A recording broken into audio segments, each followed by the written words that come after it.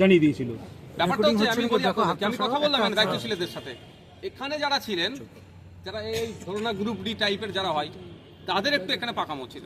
এই মেসেজটাই ওপরে পৌঁছায়নি যে ইন্ডিয়ান সেকুলার ফ্রন্টের পক্ষ থেকে একটা যে আসার কথা ছিল, প্রতিনিধি দল এসেছেন, তারা সরাসরি এখানে যিনিরা দায়িত্বশীল আছেন, হায়ার অথরিটি যেখানে আছেন, তাদের সাথে কথা বলবেন এবং ডেপুটেশন দেবেন।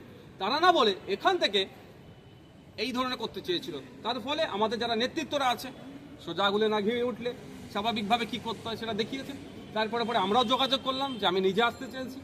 তখন যারা সর্বোচ্চ যিনি ছিলেন এখানকার দায়িত্বশীল অ্যাক্টিং ডেপুটি হাই কমিশনার যিনি আছেন, তা ওনার খবর পেলে উনি সাথে সাথেই আমাদেরকে মানে যে সম্মানের সাথে যাতে নিয়ে আসা হয় সেই নির্দেশনা দিয়েছেন। আমরা দুজন ঢুকেছিলাম।